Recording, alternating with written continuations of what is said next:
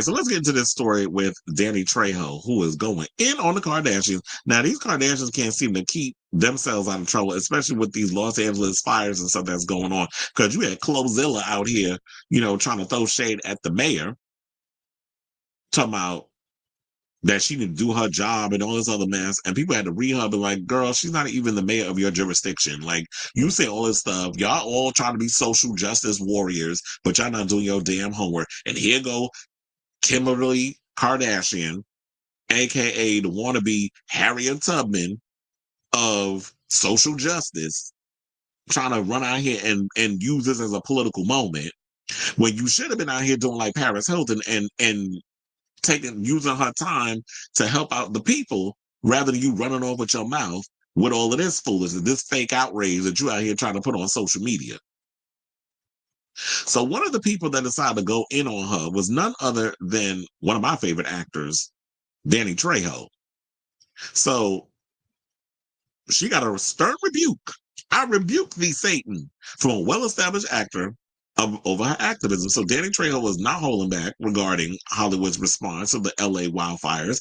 He called out Kim Kardashian for using the crisis to highlight firefighter wages. Now, this is not the first time that she has faced heat during the wildfire season because, the other day before she did, and I think she probably tried to do this as a smokescreen because she got dragged for promoting her damn skim stuff while the city was burning or burning to turn to ash. So Kim's latest remarks about the first responders' pay began after she criticized the low wages of inmate firefighters. So the legendary actor aimed particularly at Kardashian's recent comments, stating that her stance is misguided. While she may mean well, he says turning the focus towards political debates like inmate pay shifts attention away from what truly matters, helping the victims of the devastating wildfires. Now, I do have a clip of him talking about this, courtesy of TMZ. We citing TMZ a lot today. So hold on as I play all this clip. Please hold. Right now, as far as inmates getting paid, pros, cons, whatever, it's like right now, Kim, worry about the people that lost everything. You still got everything, okay? So worry about all the people that are walking around with absolutely nothing but the clothes on their back, all right? All the people in jail, and you're talking to a convict, lady. You know what I mean? All the people in jail, they're fine. All right, they got. Oh my God! I don't believe it. I don't believe it. Everybody needs like a cause. Hey, let's do. Hey, they committed a. God, I hate saying this. I was a criminal. Guys, I'm sorry, but just put out the damn fire and then we'll figure out what to do. This is not a good crime to go to jail for. Are you kidding? Oh no, this goes up there with the molester. This is not a good crime because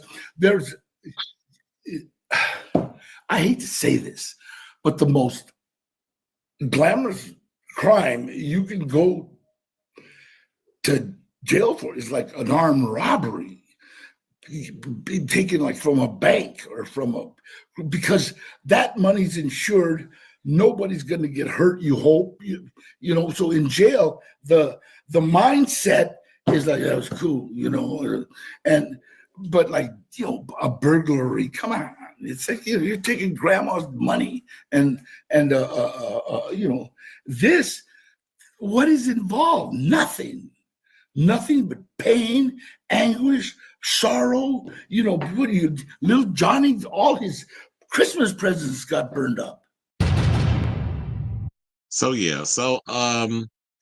for those of you who are not aware, I'm definitely team Danny Trejo on that and he has experience and he would know because as he said, he's a former convict, but he also was an inmate firefighter. So for someone who's actually been in the trenches and was a part of that program, and this is what I've always said, like instead of just having these inmates in jail with 3 hots and a cot and just walking around working out all damn day, put them to good use. Use them for like the firefighter departments, or put them in a program where they could get rehabilitated, and that way they could feel useful, so that way they can get out. But I do think they should be paid a wage. But I feel like we can worry about that after this damn fire gets out.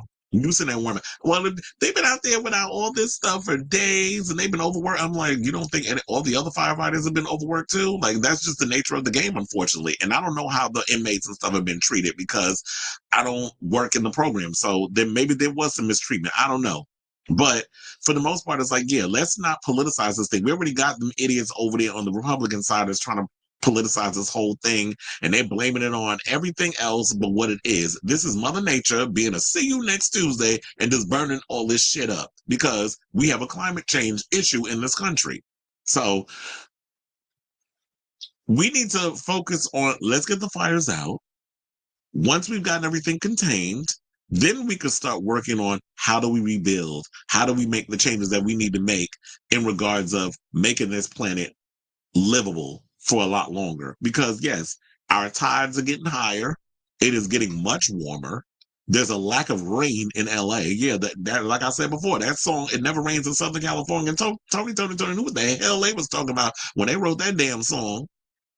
So yeah, when I lived in LA, it was barely raining. So yeah, it's like it's a huge drought going on right now with rain. And let's not even get on the fact that y'all was out here wasting water, because y'all was dragged over that. And I think this was like in 2017. It was all the amount of water you was overusing, living out in Calabasas or whatever the fuck y'all are at.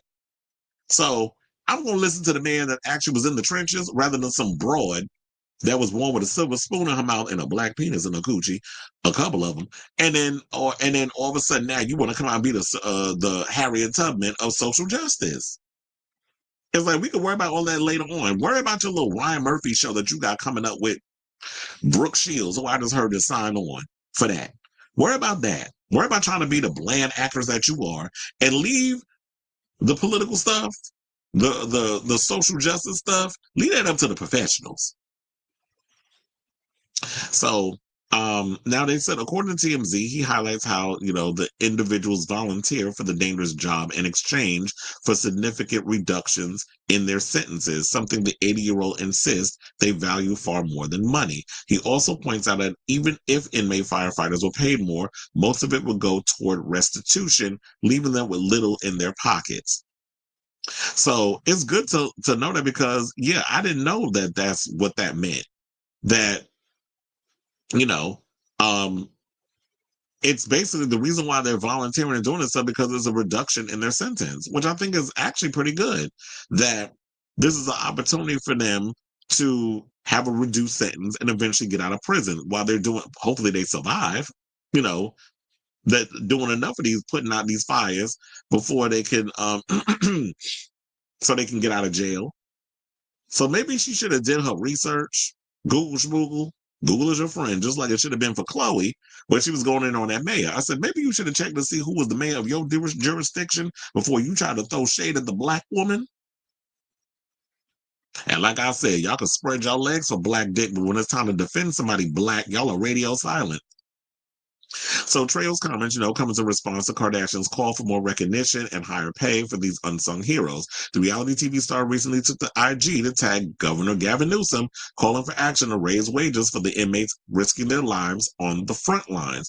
Per TMZ's report, Kardashian pointed out that these individuals are working grueling hours under dangerous conditions for just $1 an hour, a rate she argued is unacceptable, especially given the massive scale of the disaster.